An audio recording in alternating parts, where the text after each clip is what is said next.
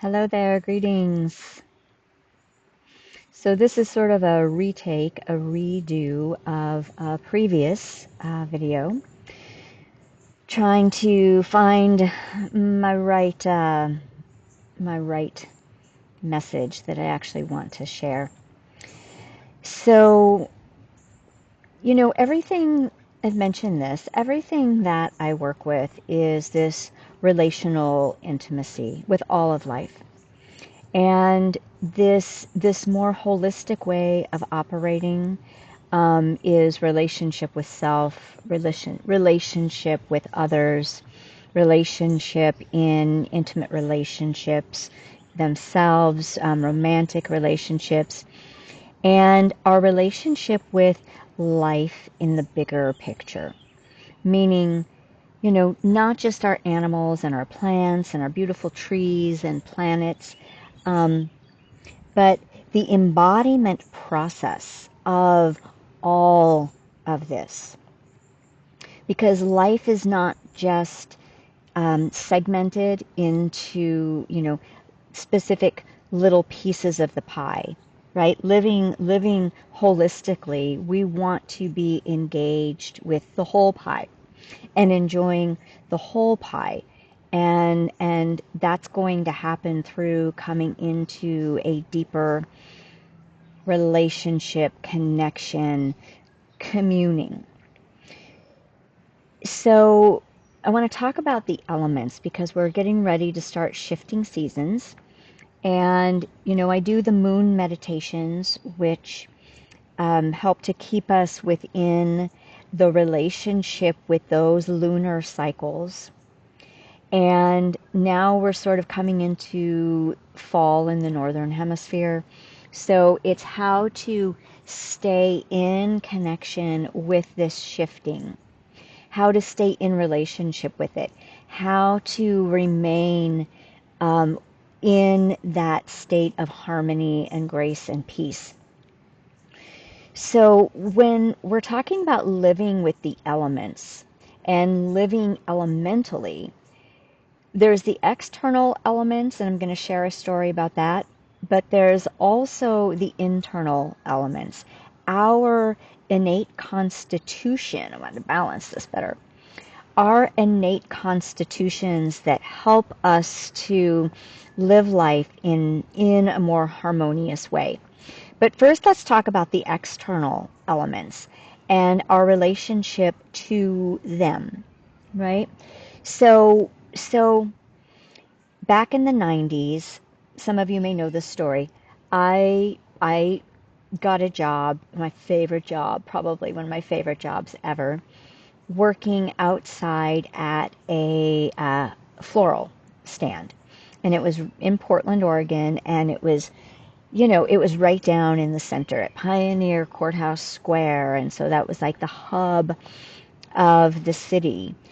And when I started working there, it was probably like spring or summer. I had another job before that that was outdoors as well, and so I really started that spring and summer.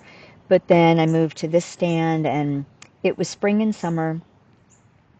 And, it's in the height, right? Everything feels good for me, being a summer person, being someone who likes the heat and the warmth and the activity back in the day. So that's air and fire. So I really resonated deeply with that. Didn't really think ahead to the fact that working outside meant working outside all year round.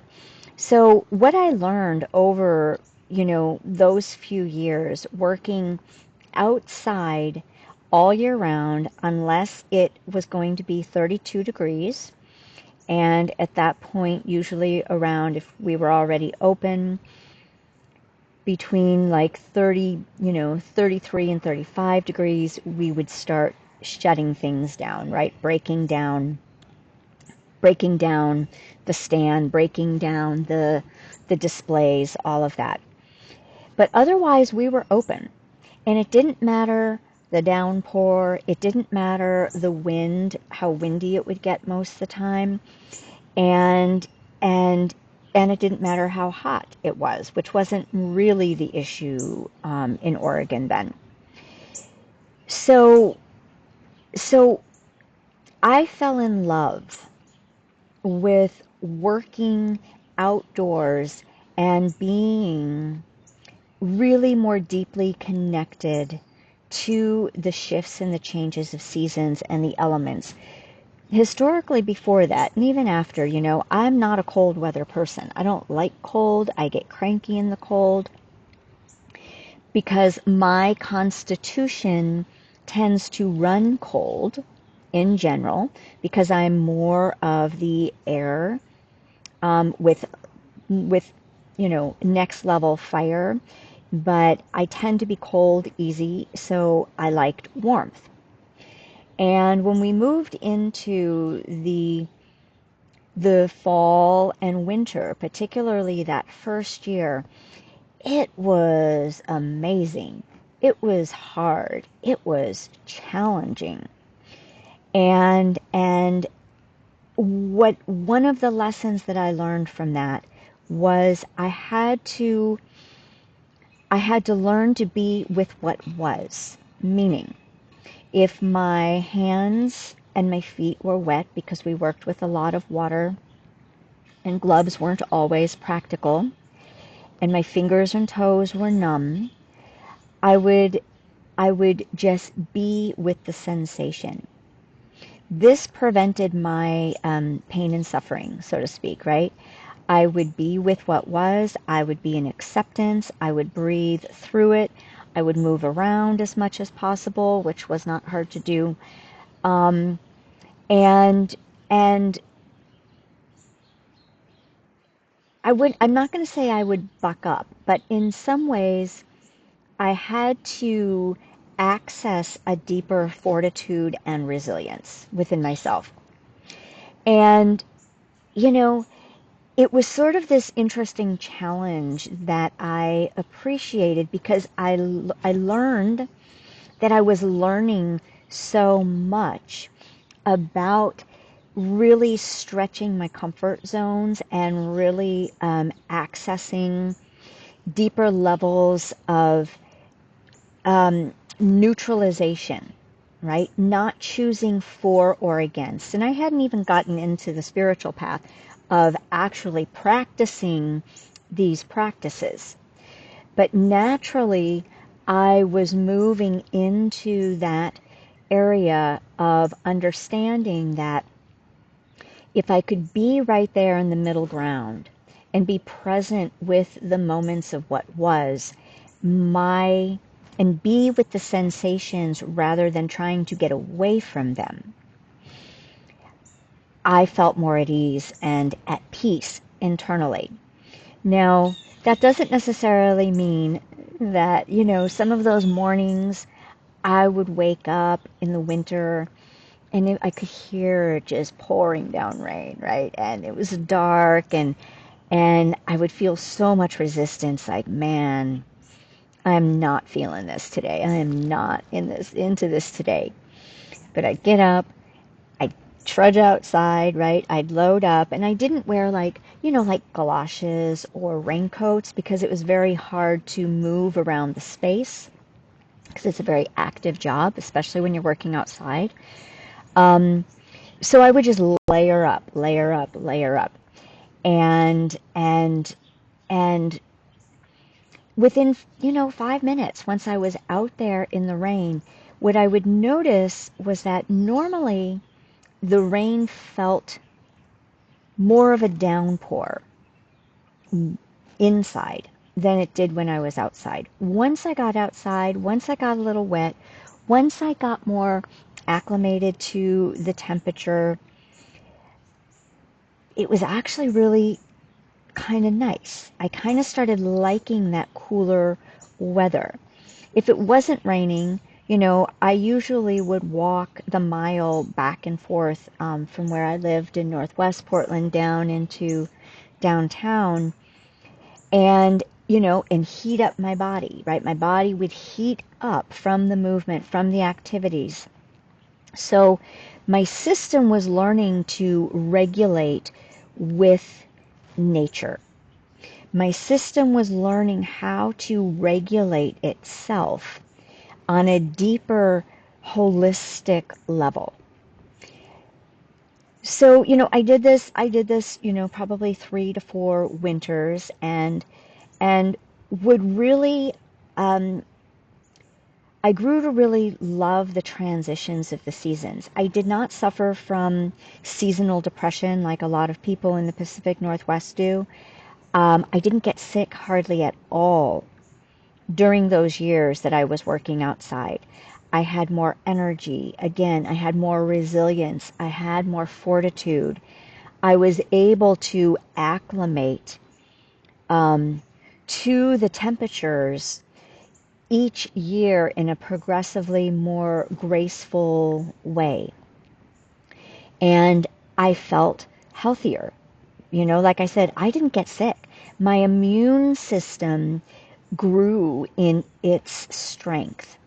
And being outside all day from morning until, I usually worked from like 7 in the morning, setting up. So I would be there with the sunrise till 2 or 3 in the afternoon. Now, this did not mean that I was not super happy to get home during the winter and strip off these layers and get into a nice hot bath and, have some nice warm tea.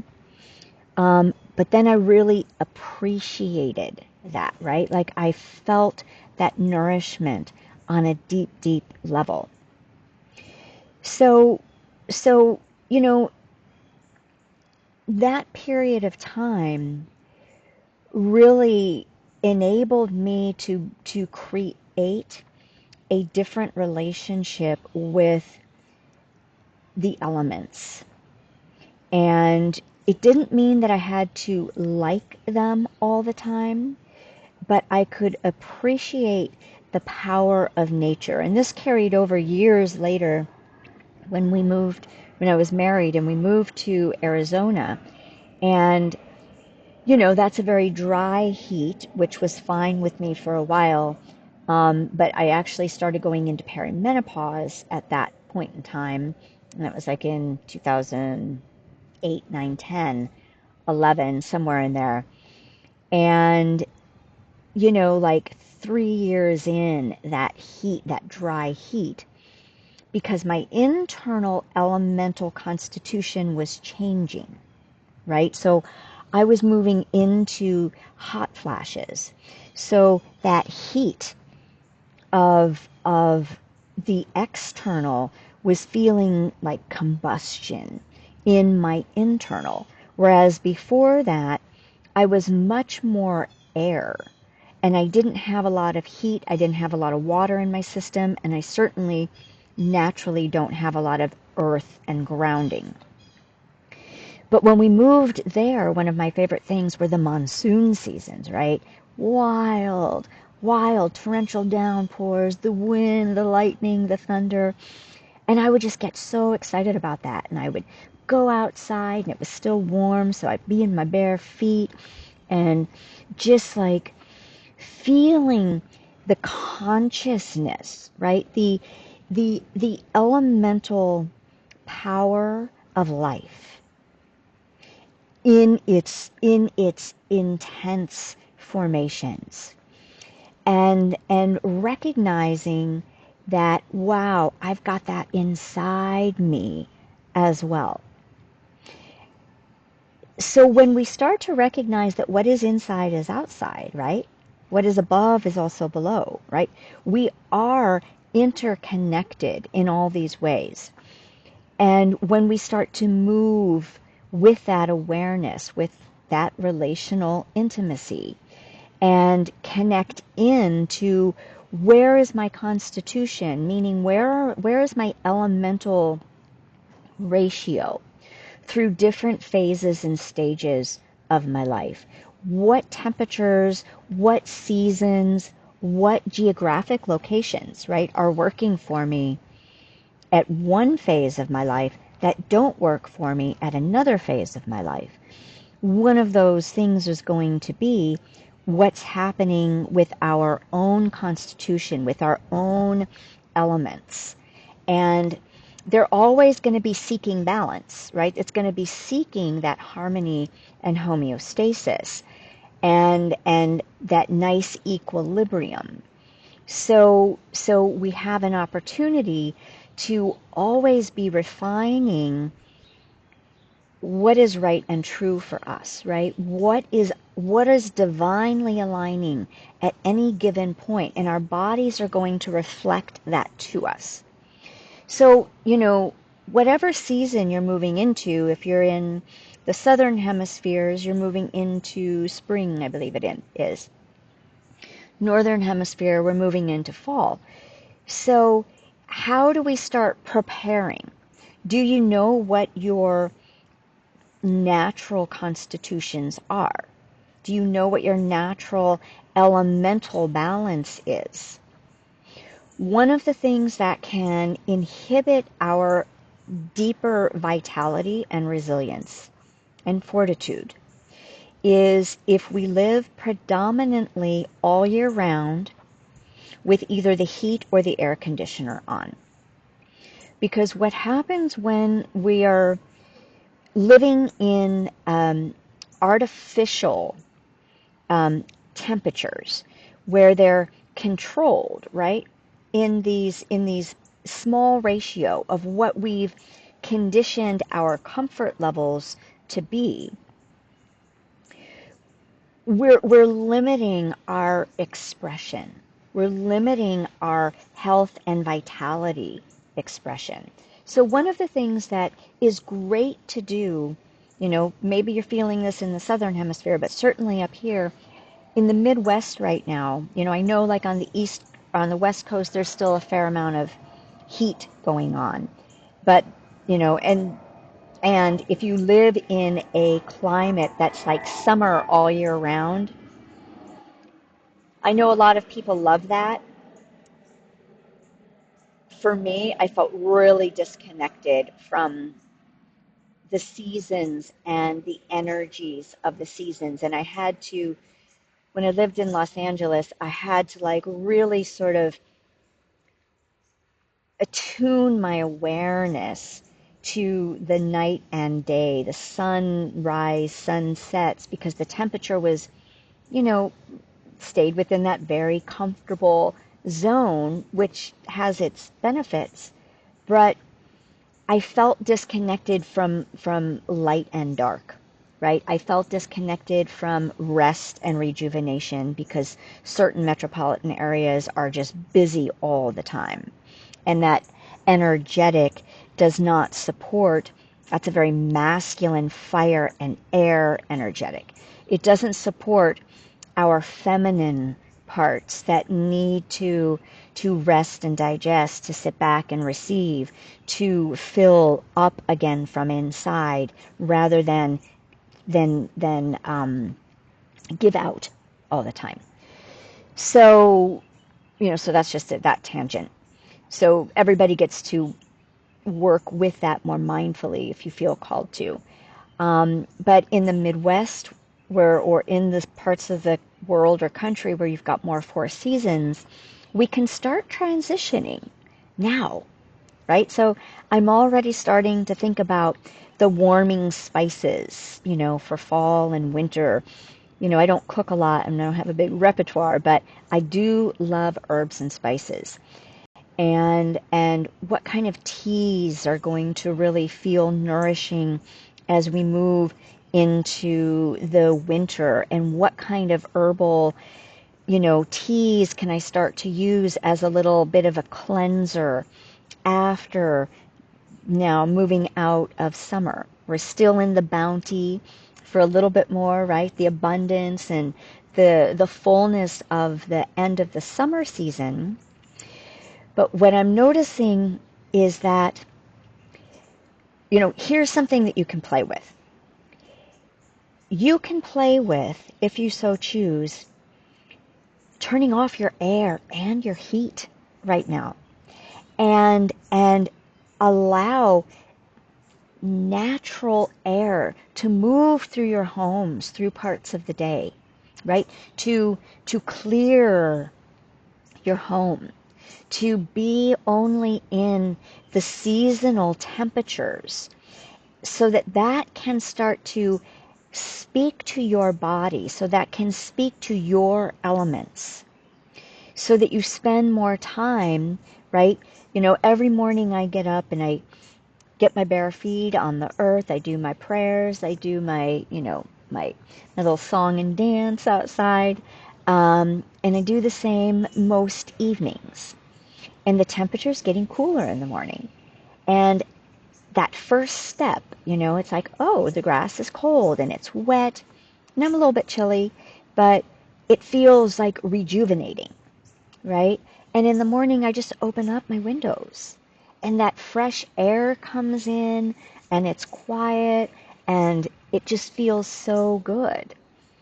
And so there's this opportunity, right, to play with periods of time where we disconnect from the artificial air and let your body begin to find its own balance.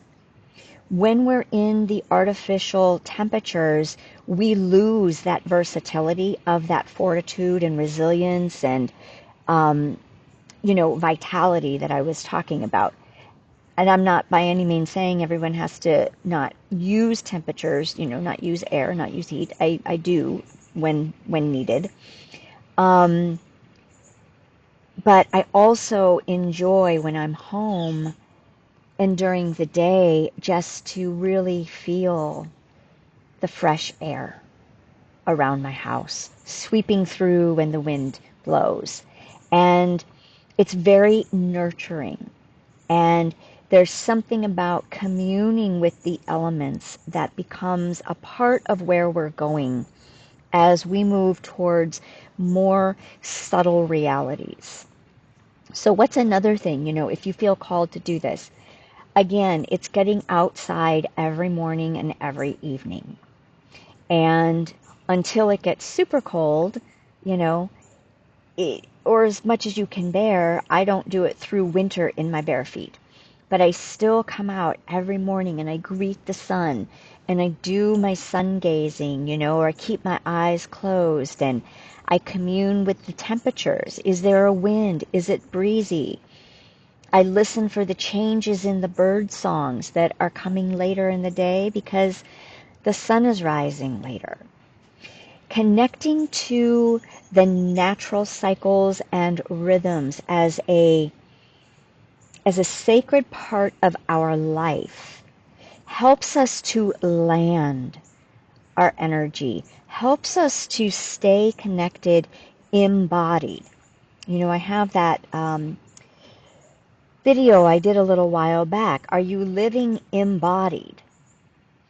Are you choosing those things to connect you to the embodiment experience rather than the up and out and scattered experience?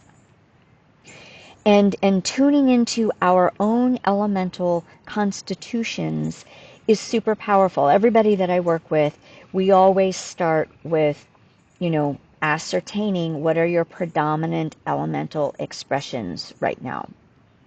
Because that can be really helpful in understanding how we tick, right? And why and how certain, how we relate to life, how we relate to other people, how we relate to other energies, how we relate to certain, expressions in ourselves, the way our thought patterns work, or our emotional patterns, or are we more responsive, like in an even way, or are we more reactive in a fiery way, right? Are we more grounded? Do we stay more centered, that earth and water will bring in, versus air and fire, which is how I tend to be, which, can be a little bit more ungrounded if I'm not accessing these deeper connections. And on the other side, if you're more earth and water, if you tend to be more sedentary, more lethargic, not have as much motivation, then how do you tap into more fire and air? All of these aspects of life, everything, right? is composed of the elements. And so we dance with them all the time. And particularly when we're changing seasons, we get to see the dance activate. And we get to activate with it. We get to learn to flow with it, to celebrate each transition, each expression of the seasons, and inherently what they are communicating with us. So I'm just trying to think if there's any other kind of fun things that, you might have your own practices, but I really love having a yard now. Look into the birds in the bird bath. I really love having a yard now and raking in the fall. I love that. When the air is cool and kind of crisp and I can get a little bundled up, it's to start, and then I, generate heat and I can rake. And that just feels so good to me, right? I'm sure many of you do that. So, yeah. So, going out and taking hikes, and I'm not a big hiker, but, I get a lot of that transition relationship for me tends to be in my own little sanctuary. And I posted this cute little video on, well, I thought it was cute, on Instagram this morning of this sweet little caterpillar coming down on his silk thread from the tree above me. I was doing my, my morning prayers, and I was looking up to the divine, and right above my head was this sweet little guy just like coming down, and all of his little hairs were just glistening in the sun, and I was watching his movements, right, as he was dropping himself and weaving himself down closer to the earth. And it was such this small, subtle thing, but it just elicited so much joy to be able to like commune with him for a moment and watch him on his beautiful thread and watch the sun, bouncing off of these little, I don't know, fur, whatever that is, like these long strands. And, for me, I'm much more about the micro and the subtleties, which is why I work with embodiment and these connections that we bring into our consciousness in an embodied way. So I get a lot of that sitting or just being in my yard. The life is transitioning, right? New birds are leaving and coming back. I'm watching my garden, like most gardeners do, go through its death and dying process. We've had a lot of rain here, so our leaves are still, really looking green and vital because of that water, right? So those are the simple joys, right? These are the things that when we connect with life, if we're called to slow down, to simplify, they're right here in front of us all the time. We just get to like tune into it. As I'm watching the butterflies over there, it's just natural, like real life, not the artificial life that I still enjoy in its own, right. But it's this that keeps me connected and grounded and connected to Source and the divine and the higher expressions of all that is around us and within us when we are open to receive. So with that, I'm going to say goodbye. Have a lovely, whatever it is, and be well.